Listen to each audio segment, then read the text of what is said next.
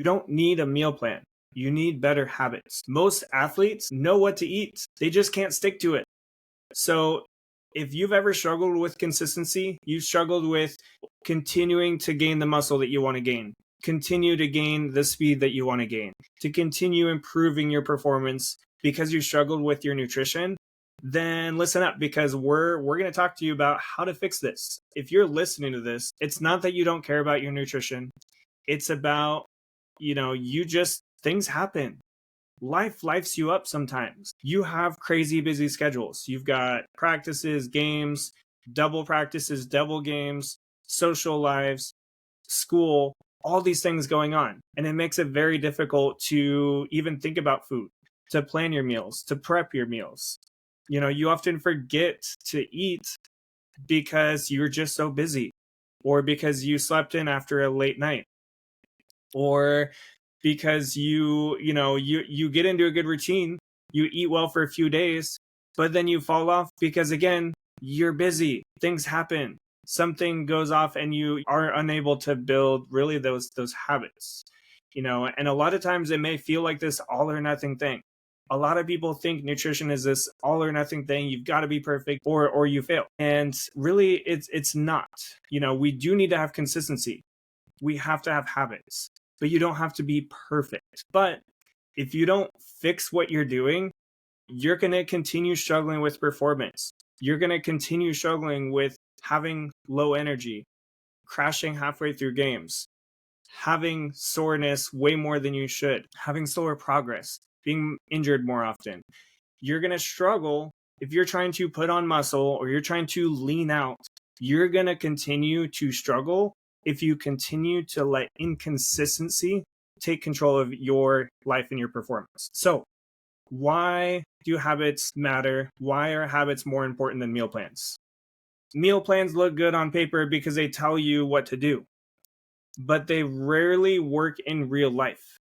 A lot of the meal plans I've seen that random coaches will just hand to their athletes like a freaking cookie, just like everybody gets the same cookie. Like, they're all the same. They don't customize to this person's trying to do this and this person's trying to accomplish that, or this person likes these foods and this person doesn't, or this works for this season right now but it doesn't work for travel season. It doesn't work for in season, but maybe it works for off season. So how are you going to follow that meal plan when you're sitting on the road all the time? How are you going to follow that meal plan when you don't even like half the foods that are on it? Meal plans assume that your schedule never changes. It assumes that you like certain foods or that these foods are good for you. My athletes, not all of them like eating eggs for breakfast.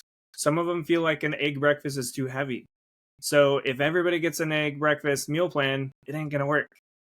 If this training schedule is like this and then the training their schedule is like that, it's not going to go as well for them. Long distance runner, they're not going to really thrive on super heavy meals. Football player, baseball player might be able to get away with that. The other thing with meal plans is, what if you miss one of those meals? What happens? Like, you fail. How can you, if you make one mistake or you don't have one thing on that grocery list, then there's nothing else. If you don't have the rice, shoot, okay, well then now what do? I'm just not going to eat, or I'm not going to eat as much. Versus if you actually learn how to eat and eat consistently, you're going to know that, oh hey, instead of rice, maybe I'll have some bread, maybe I'll have some quinoa, maybe I'll have some fruit, maybe I'll have some pasta. Like, there's so many other options. Versus if you're just stuck in this little cookie cutter meal plan, you're set up to fail. The thing about habits and why habits beat meal plans is because they're flexible. They adjust to your life. What you're eating in the cold winter is probably not the same thing you want to be eating in the summer. You may not want to drink smoothies for breakfast in 20-degree weather, but maybe you want to do that during the summer. Well, like little things like that, habits allow you to be flexible, to still fuel your performance, to still get you the right foods, but to not make it so that it's this box that you're stuck in. The other thing is small habits stack daily. So if you are If you are climbing a mountain, you don't just magically jump to the top of the mountain. You're stacking step by step by step, and you get closer and closer to the top of that mountain. Versus a meal plan, those strict rules, it's going to be very hard to stick to those rules by day 3. It's going to be very hard to do that if suddenly you have to, you're used to working out at 6 p.m. and then suddenly you have a game at 8 a.m. Now what? Now what do you do? Are you still going to eat eggs, bacon, sausage an hour before workout, an hour before your game? I hope not, because that ain't going to go well. But if you learn the habits, if you learn what you should be doing and that overall routine, you're going to be able to adapt based on your training schedule.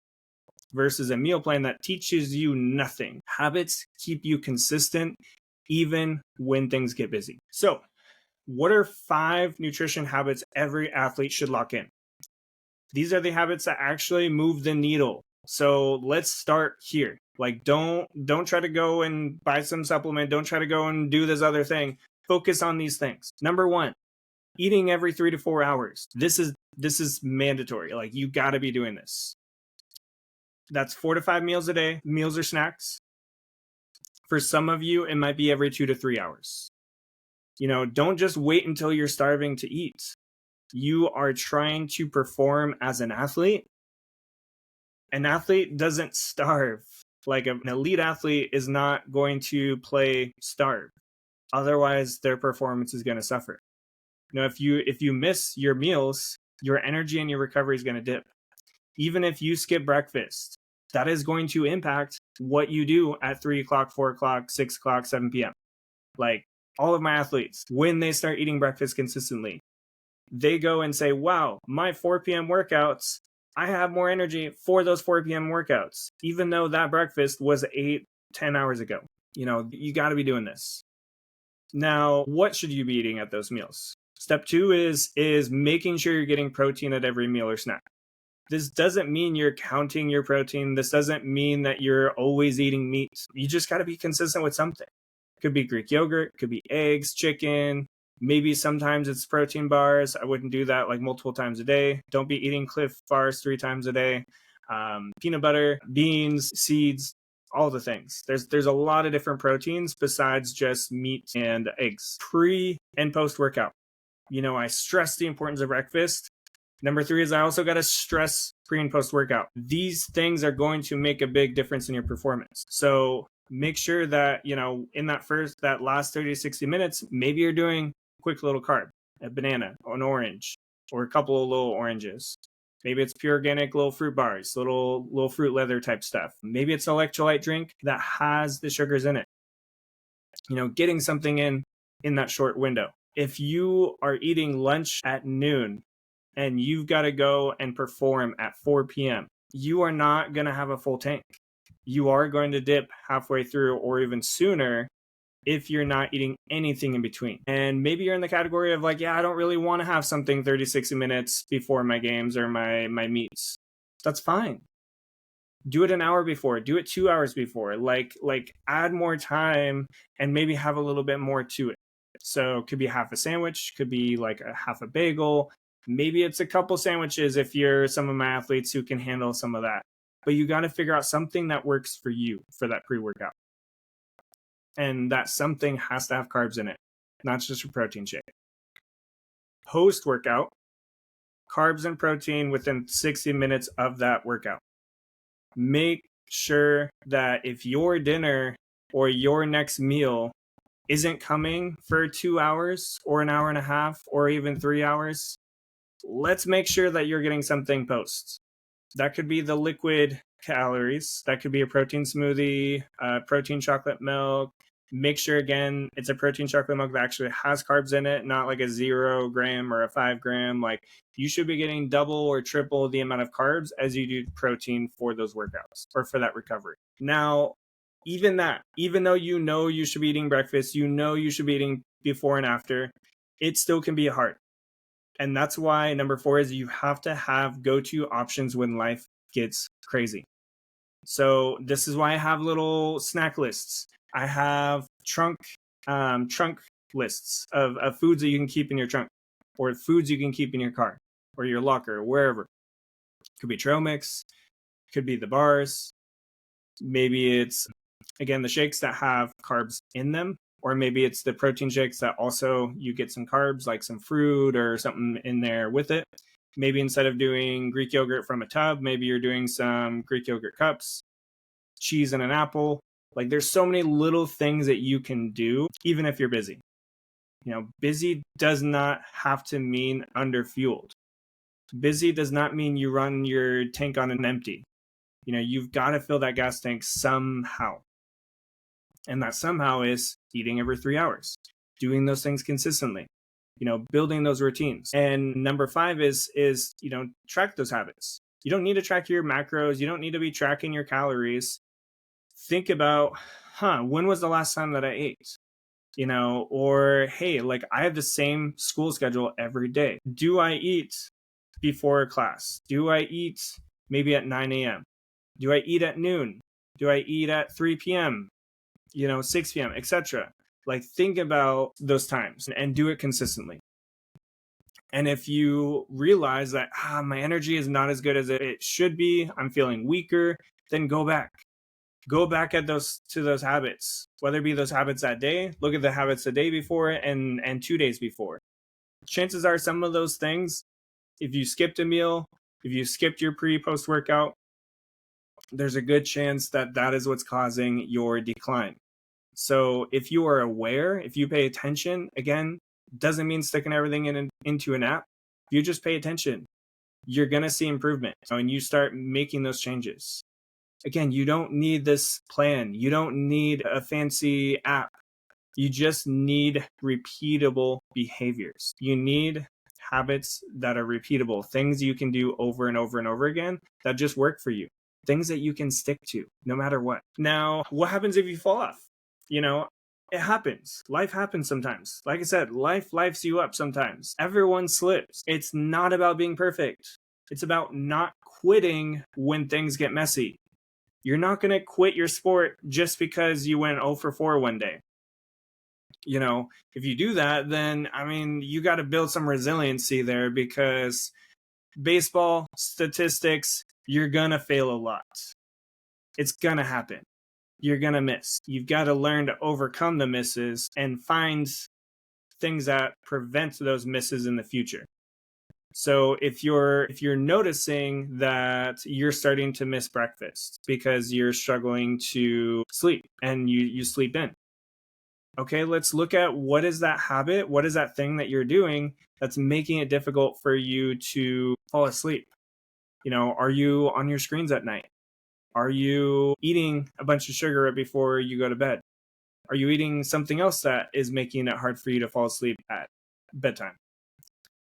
Let's look at the things that you're doing, or let's look at, hey, what are things that I can add to improve that? So it's not always about subtracting something. It might just be, hey, let's add something. Maybe you start drinking tart cherry juice before you go to bed. Tart cherry juice concentrate, by the way. Maybe it's magnesium. Again, quality matters there. Maybe it's, hey, let's just make sure that you're getting a post-workout meal or a dinner an hour, 2 hours before you go to bed. It doesn't have to be some crazy big thing, but it should be fueling that recovery. Otherwise, you are not going to be sleeping that well that night. If you're struggling getting your pre-workout in because you have a teacher that's super strict, let's figure out, can you have a Cliff Bar in passing periods? Can you have, something during the previous class? Maybe they're more flexible teacher that you can eat something. Maybe your school struggles with ants like my nephew's school does. In those cases, maybe we can go eat outside real quick. Like, maybe we can be like, hey, can I just eat this, or like eat over the trash can, like real quick, like just get this in, and then you drop it, right in the trash. No crumbs, no nothing anywhere. Little things like that you can do. Talk to your teachers, be like, hey, I'm sorry, I understand the rules, but I really need to eat. I ate at lunch, but as an athlete, I've got to eat more often. I am struggling with my energy because I am so active. So can I work something out with you so that I can eat this snack by the trash can for 3 minutes or less? Honestly, eating a Cliff Bar does not take 3 minutes. Little things you can do to make that work, but you got to have conversations about it. You can't just get sassy with your teacher just because they said no, because there's probably a reason they said no. They don't want to have to clean up after you. So figure out, hey, how can you work with them? Usually, like for me, there were things that when I was in school that I could do that other people couldn't, because I earned that trust. I earned that relationship and those conversations so that they would trust me with something that they wouldn't otherwise trust somebody else with. And that goes with anything in life. Let's instead of feeling like you messed up, feeling like a mistake, let's just focus on how can you correct it next time? How can you do something different next time? You don't have to start all over again. You just gotta get a little reset, a little tweak, a little adjustment, and you will be okay. You will fix that, and you will come back from that.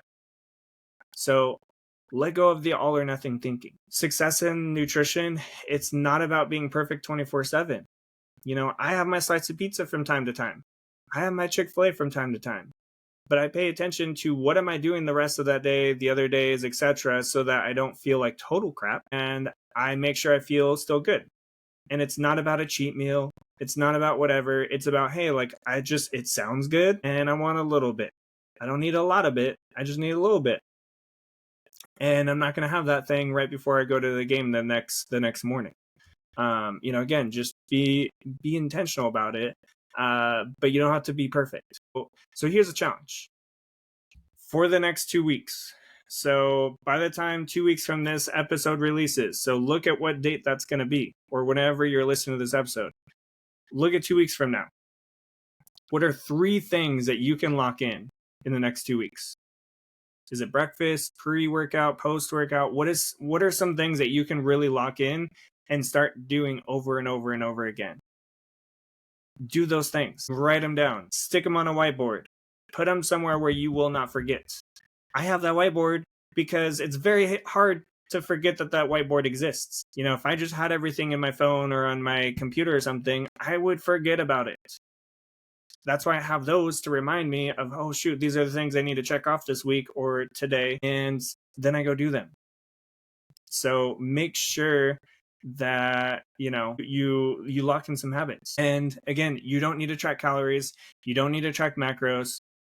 Just have a plan, have consistency, build routines, build habits. That is what is going to move the needle for you the most. So eat like an athlete, even when life gets busy. That is how you build consistency, and that is how you perform at your best, whether you're in high school, college, or the pros. You got to find something that works. You got to stick to it. And then maybe make tweaks down the line that, hey, maybe this thing's holding me back. So think about those things. Do what you can. Do what's in your control. And as always, keep striving for greatness.